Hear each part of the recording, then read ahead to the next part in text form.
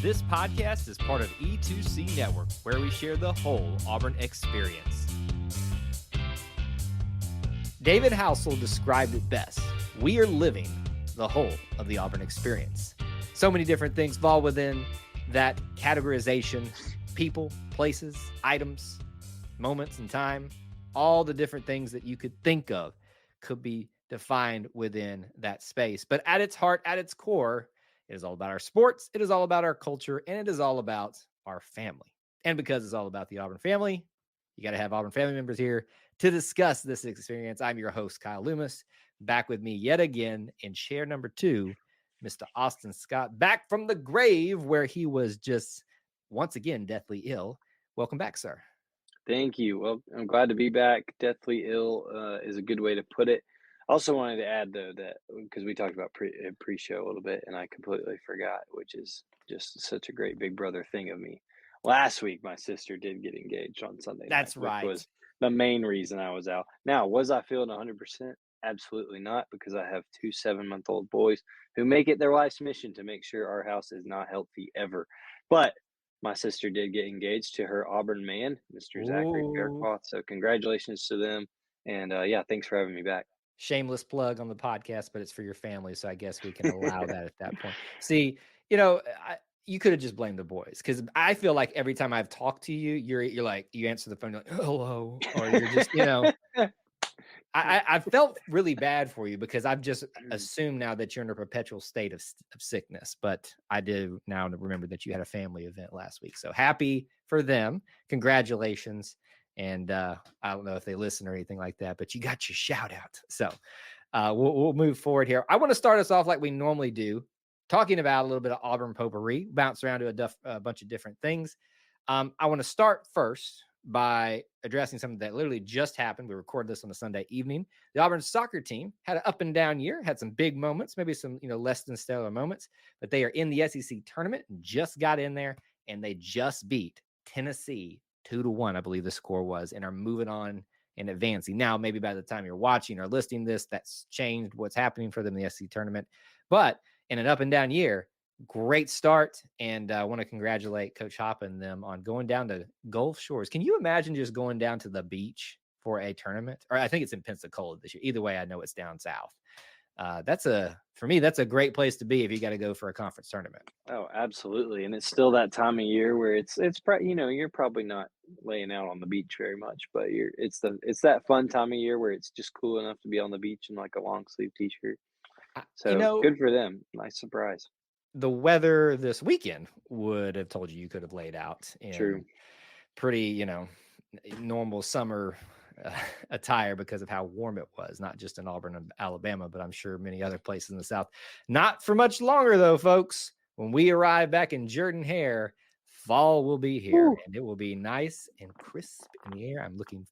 Listen, I love fall, to be honest, and what I consider real fall, where it's not really cold, but we get that like mid 70s, mid 50s as your low.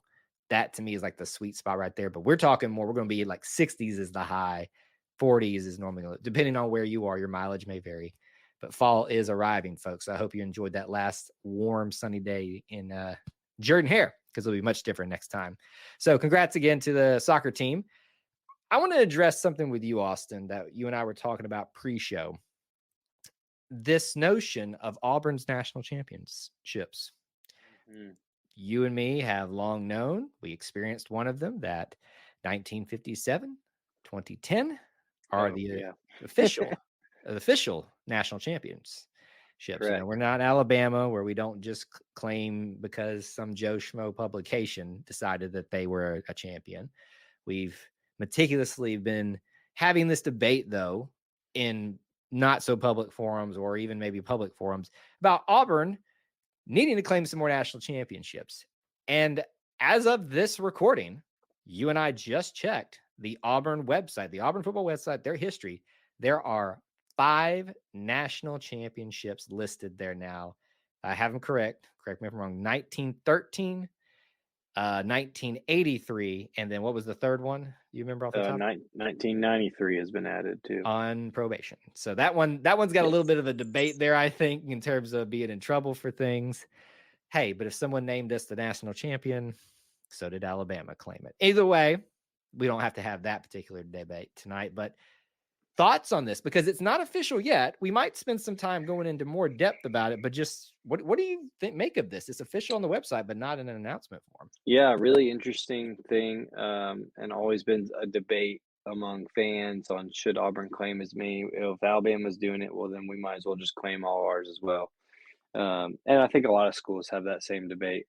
Um, yeah, I don't know where I land on it quite yet. I think that it does tell that there's more that could be claimed than just those 5, but those are kind of the 5 we've settled on right now, and I think that that has to add a little more credibility to each of those.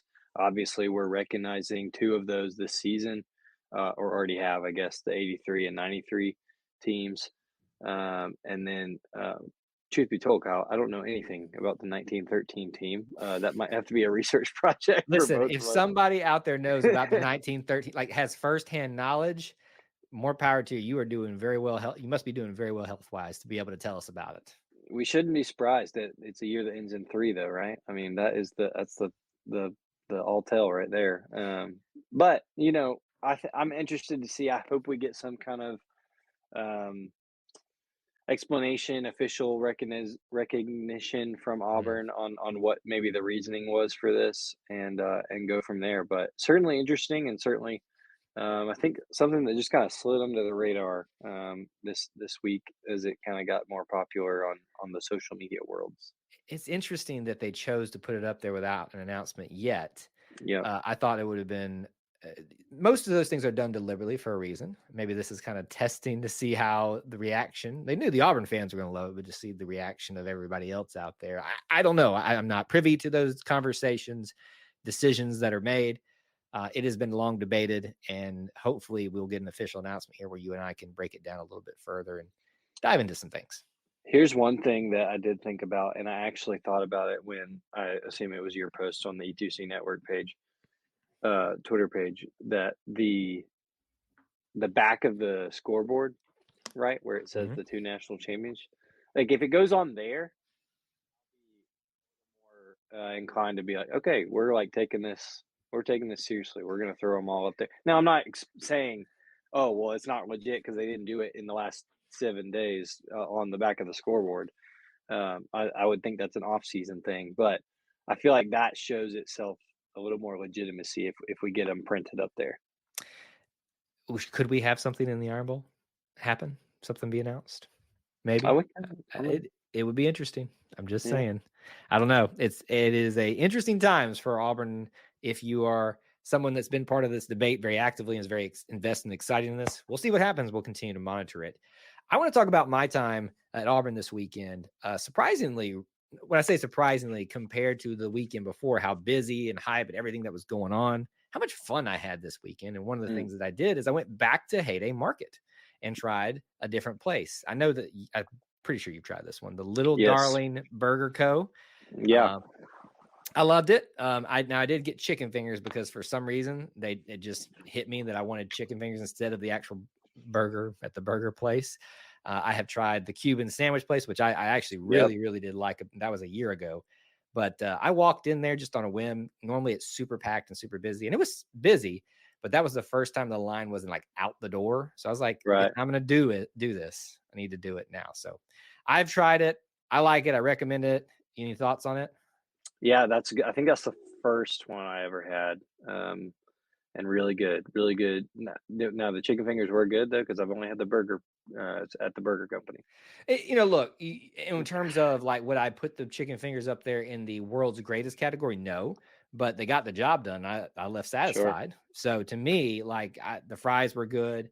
When you go to this place too, the prices are going to be a little bit more expensive, especially if you want to drink because there's no fountain drinks, but they do have a fountain water area over there if you want to do that, which I did. Trying to pinch pennies over here at E2C Network Central. So I tried that particular one for the first time. It was just good to be in Heyday Market because it's a very cool little atmosphere, and I enjoy that very much. And I, of course, stared at our lovely podcast That room. was my next question, as I felt like I knew the answer, but was our podcast studio that we've claimed and no one else has occupied? It was not occupied, and I literally just stood See, there in front of it and just stared at it, see, you know? I'm telling you. I mean, look, I guarantee you, I'm willing to go on record. There is not a single other podcast that's talked about Heyday Market as much as we have. I'm just saying, I mean, put us in there. We'll use it a lot. You may even get me to stay in town longer on a game day weekend. We can Are pop they in there. open on Sundays? That's a good question. I feel like that answer is yes. If they're not open on Sundays, that's shocking because We're that feels happy to film it or to record on Sundays at Heyday record it Market there. if they would have us. Yes, we'll hit them up at some point to talk about that, hopefully. So that Someday. someday when all of our lives get less crazy in the world. Yeah, right. But for now, that'll do it for potpourri. Let's move into our big topic segment. We're going to talk obviously about this big win over Mississippi State. That's relatively speaking in most years. This is one of those years where there's a big win. And then we're going to talk about the band, all coming up next. We're going to talk about Auburn football and celebrate. I was going to do like a symbol here, a dub, an SEC dub. There you go, like that. I don't know. That feels weird. I feel like we're throwing up gang signs or something like that. A win over Mississippi State, 27-13. Was that this 13 final score? Not shocking that you beat Mississippi State at home, given context of where Mississippi State is at as a program, and even as bad as Auburn has been, where they were at and what capable of at home in Jordan-Hare.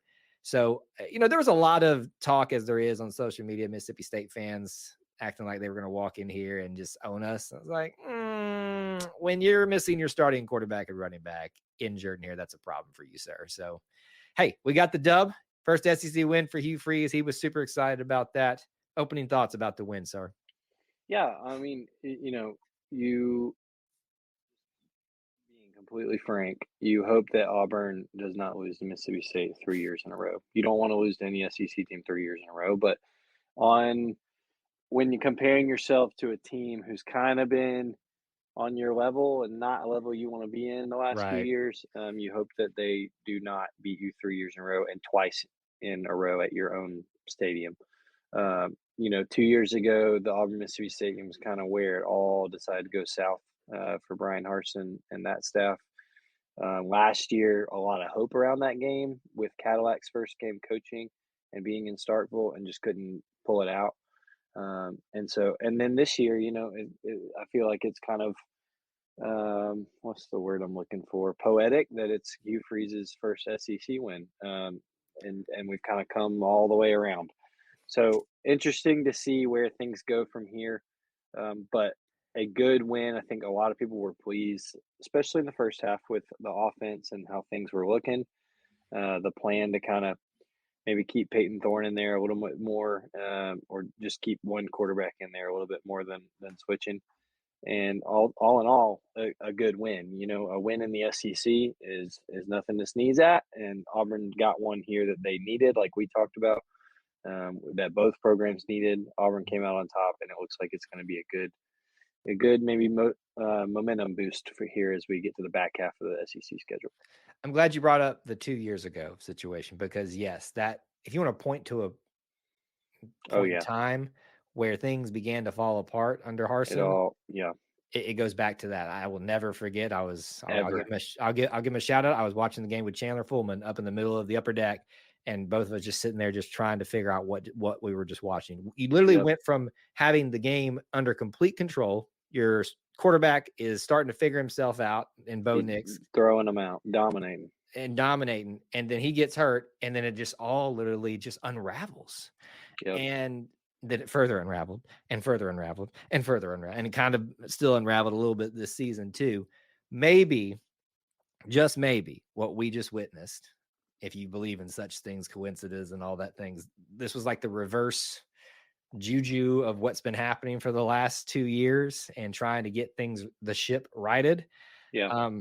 Now, it was pretty much in Auburn's favor with what Mississippi State had to work with coming in. We've addressed that already. Their star quarterback, Will Rogers, out. Their starting running back was out. I will say, though, I want to give a little bit of credit to Mississippi State. I think Zach Arnett's going to get them going in the right direction eventually. That second half made me a little nervous. I think everybody in the stadium, if you were there, kind of started having a little uneasiness as we weren't scoring a whole lot in the second half, and they started to score a little bit more, and you could just sense the folks going, please no, not again. I can't deal with this again. I probably Yeah. would have lost more hair that I don't have up on top of my head if that had happened again. But first SEC win against Mississippi State. Austin, is it the first of many to come? Yeah, I mean, I think this year it's definitely the first of some to come down the road. I think it's a good footing for Auburn and Hugh Freeze to have. We talked about how hard it was at the beginning of the year. Getting one of those, we would have been happy as the first SEC win. This was a good one to start, and I think I really believe that we found something offensively that we're happy with. Now, putting that together for a full 4 quarters is going to be another thing, and the next two ones are on the road. Right. And I don't care that it's Vanderbilt or that it's Arkansas and the horrible years they're having. You got to go on the road in the SEC and play in someone else's stadium. Well, or lack thereof a stadium for Thank Vanderbilt, you. Thank you. and I was going to bring it up. and still get a win. So business still has to be taken care of, and then there's obviously the SEC game at the end of the year that we will all be looking forward to and having a blast in Jordan Hare with. But one game at a time. We'll head to Nashville next week, see if we can get 2 SEC wins. So, do you think this Saturday is an indication that things got a little bit more figured out, or was it just Mississippi State? Because I want to be honest here. I think you can make both arguments that yes, it Sure, was Mississippi State. They're kind of reeling at the moment, injuries and an identity, and again, what they've gone through as a program in the last year, losing Mike Leach so tragically. sure. But on the same token, pretty good. It was at home. Where do you lie in that argument? Was it Mississippi State or was it Auburn figuring themselves out? Yeah, one of my very best friends from high school is a proud Mississippi State fan, alumni. We went to games at Auburn and at State together, and so we always talk a lot during this game and just chat back and forth. And we kind of had that debate on, he was like, "Well, we're terrible. Like, I'm not surprised that Auburn's playing this well." I'm saying, I'm just letting you know, we've been dropping wide open passes all year, or Peyton Thorne hasn't been making those throws all year. Right. So I do think there's a mixture. I think part of it is it's Mississippi State, but I'm not saying that part of it because Mississippi State is so bad. Part of it is it's Mississippi State, and look who else they've been playing. Auburn's been playing the rest of the year in Ole Miss, Georgia, Texas A&M, LSU. Compared to those, yeah, Mississippi State looks several pegs down the ladder. But in the same vein, Auburn and Peyton Thorne, that offense with tempo seemed to find something differently than they have been all year, and felt more comfortable with the game plan and with being able to execute things. So I'm going to lean that Auburn figured some things out. Now, we could have this debate again after Vanderbilt next week. We could have it again after Arkansas the week after.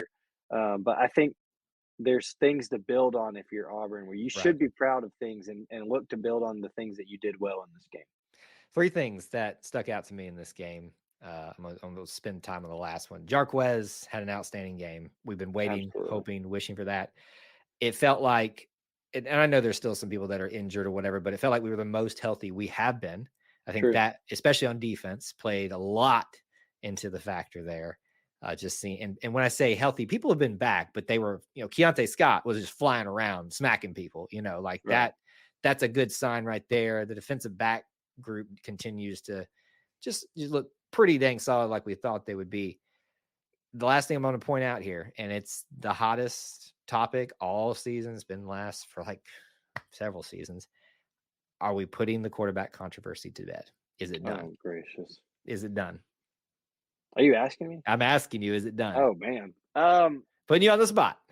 I think it's really telling when post game in the presser, Coach Free says, "We had a package for Robbie, but we just couldn't really get to that." And I don't think that's necessarily of something where it was like, well, we didn't have the right looks we wanted. I think that there was a sense of the momentum and the juju was working well enough for Peyton Thorne, and it showed in his stat line and on the offensive side of the ball that things were working well with what they had.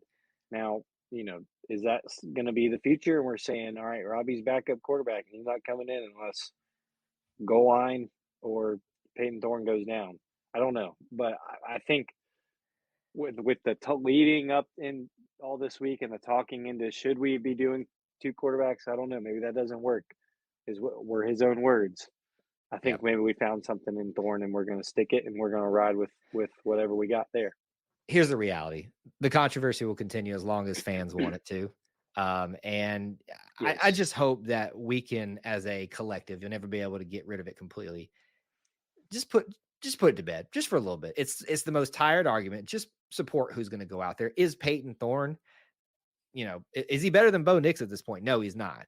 But he's getting better. He's improving at home. Now, Peyton Thorne can do a lot of good for himself by looking solid at Vanderbilt and at Arkansas. If he does that, then this controversy is over with completely, because that's his biggest gripe, is that it can't win on the road. And yes, it's Vanderbilt, and yes, it's Arkansas, but it's still playing on the road at the SEC, like you just talked about.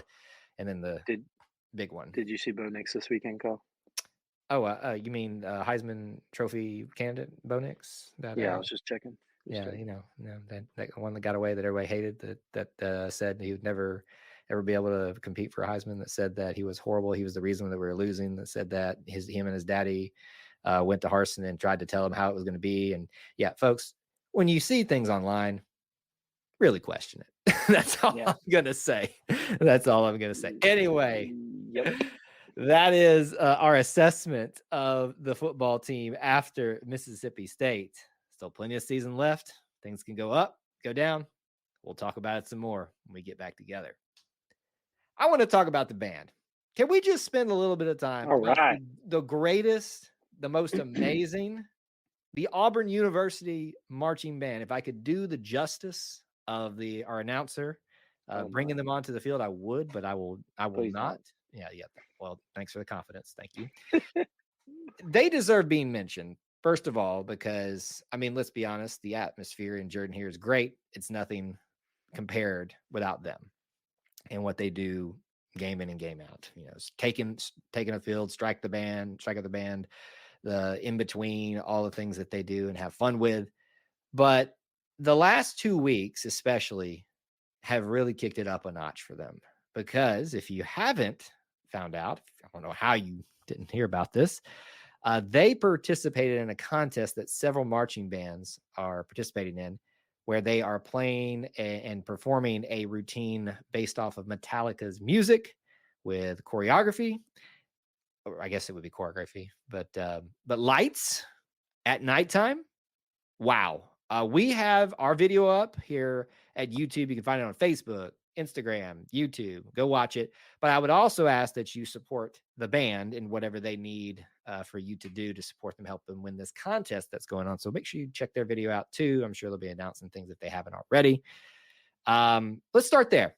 You weren't there for this, but you've seen the videos. I was obviously there because we filmed it live. And I got to tell you, man, that's probably one of the best band shows that I have ever watched in a halftime show. How about that? Yeah. That was incredible.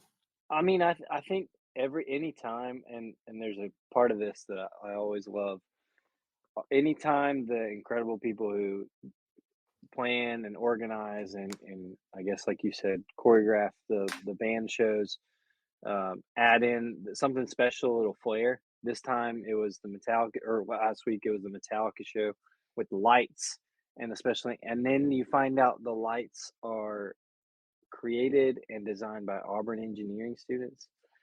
Kyle, Auburn being Auburn, baby. Those little things just warm my little Auburn heart to hear. It happened also when I was in school. It was the first time they did the lights like around their hats. Yep. It was like, oh, by the way, these are Auburn engineering students. No, is that a big deal, folks? No, it's not a big deal. Yes, it is. Don't sit there and lie. It's a big deal. To the outside world, is it a big deal? Okay, they got lights. But it was done by their fellow Auburn men and women in Shelby Center, right up the road from the stadium. I love that little part, that little tidbit of it, something like that every year. It just, like you said, it's Auburn being Auburn and brings the whole of the Auburn experience. We just put it all together. So truthfully, I didn't get to see it live, like you said. I've only seen the video. I haven't seen the video of yesterday's Mississippi State performance. But when I hear little things like that, Kyle. How can you not love it? I don't understand how it doesn't just grow your heart 3 times bigger. Christmas is getting too close for you. You're starting to do It's Grinch getting real references here. close. Look, that show was incredible. It was incredible because it was at night. It was incredible because it was our band.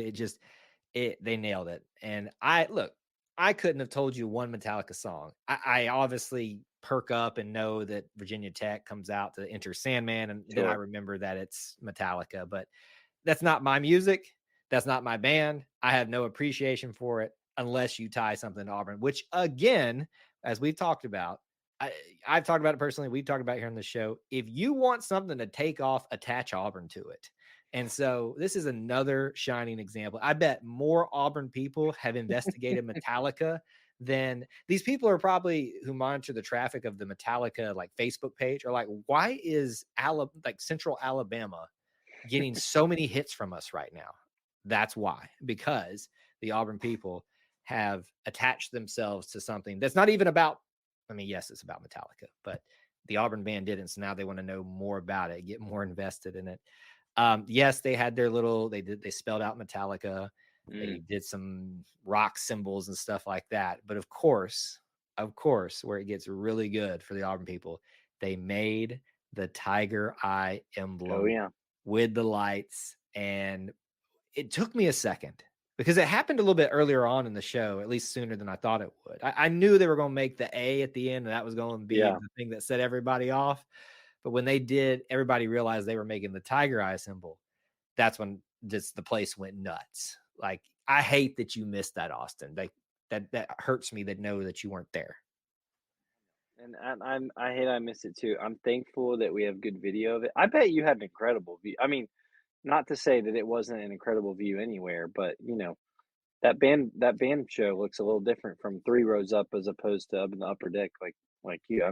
I mean, were you pleased with your view? Did you feel like it was I better I because of moved. the show? Oh, you Yes, did? I moved to film the show. I won't say exactly where, but obviously it was center somewhere. Not trying to give away the trade secrets here, but it's not like it's that. You can figure it out. But anyway, yes, I moved because I was like, I got to get the best possible angle outside of using drones, like the band's official video did and everything. I mean, obviously, I'm not going to be able to hold a candle to that, but I was like, we're going to get this dead center. I'm gonna try to keep my hand as steady as you probably, if you watch the video close, you can see me kind of wobbling sometimes because I'm just like dying, just trying to hold this thing steady to get every moment of it. And then at the end, Austin, when they formed the A, like they always do to march off after they performed, and that thing lit up, not just lights, but orange and blue lights, with Yeah. the U being one and the A being the other, the crowd just lost it. I mean, it wasn't even about Metallica at that point. It was just about Auburn. It was just amazing. So I know we pride ourselves on talking about all things Auburn here, the Auburn experience to its fullest. I didn't think we'd be gushing about the band this much, but I couldn't let us get away without talking about them in that incredible performance because it was just amazing. They're so good, and, I don't know where the band rankings come out, on Who Sunday can create some? afternoons, but I'm willing to create some. But I love they're not the biggest. They don't not have the most people. I feel like we've seen Auburn bands or other collegiate bands with a ton more people or their own little quirky thing like A&M, and they just go back and forth like this a million times, and somehow we all just our jaws drop. Um, but they always just sound so pure, and then you throw in something like this where it's a little bit different, but you can tell that it's been prepared well and worked hard on. They just there's not anybody that sounds better. I'm confident of it. They, did a great job this next weekend, this past one, following up with Military Appreciation Week. And look, it wasn't like it shocked anybody that they were going to do the Yeah, sounds and the music of all the different branches of the military. But what they did with it was amazing. They made symbols and motion symbols with their formations to symbolize each branch. They did the Army, a tank with its tracks moving, a jet moving across, like a submarine kind of going up and down, like across the field and stuff like that. I mean, it was just outstanding. And then the band formed this giant American flag with little strips of, not well, big strips of red and white for the stripes in the middle of all of them. You know, look, the band has done great things before, and they will continue to do band things. Of course, they're going to do band things, great band things in the future. But it's just, maybe this is on me for not being a good enough Auburn fan. I just can't think of a bigger stretch of time for them right now. They're firing on all cylinders, and it's making the Auburn experience just great. I mean, they're hitting their stride right now, and I mean, all in all, you think about, and like you said, I'm not. Maybe we should be gushing over the band more regularly, but the coordination to continue playing and know where you got to walk and all things to make sure that you're the tire on the tank and you keep moving. Yep. Yeah, That amazed me because of the way they moved. They're trying to make the formation move across the field, but the tracks have to move at a different speed to show that that's still moving too. And then, like, when the track comes down to move underneath, that it technically kind of, I'm going to get into science and physics, but it slows down a little bit. Like, they did that perfectly. It was amazing. Absolutely amazing. You know, Austin, I was in the band once, and you know, were you? Yeah. I held the trumpet. That's about it. When was this? Not high school. Not in high school. I did 1 year of band, not by my choice.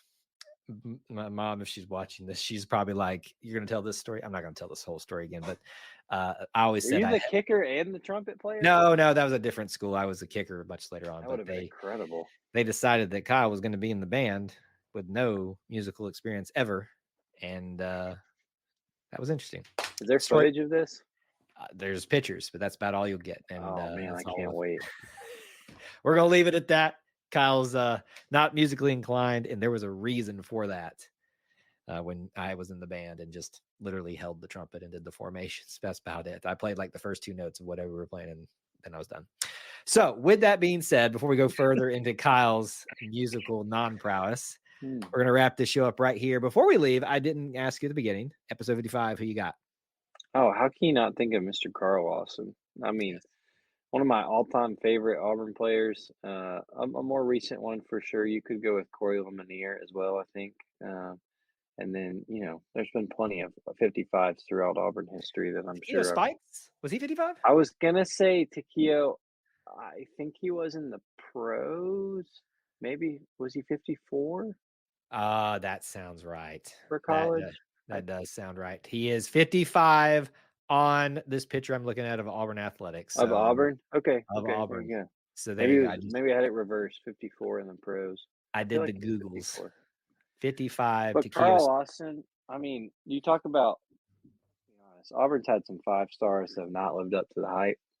Carl Lawson, his first Iron Bowl, he stuffs TJ Yeldon on that 4th and 1, and then just goes on to make a name for himself in Auburn history, you know, throughout his whole career. A great guy, super fun to listen to and be around, and still playing in the league. So Carl Lawson is going to be our episode 55.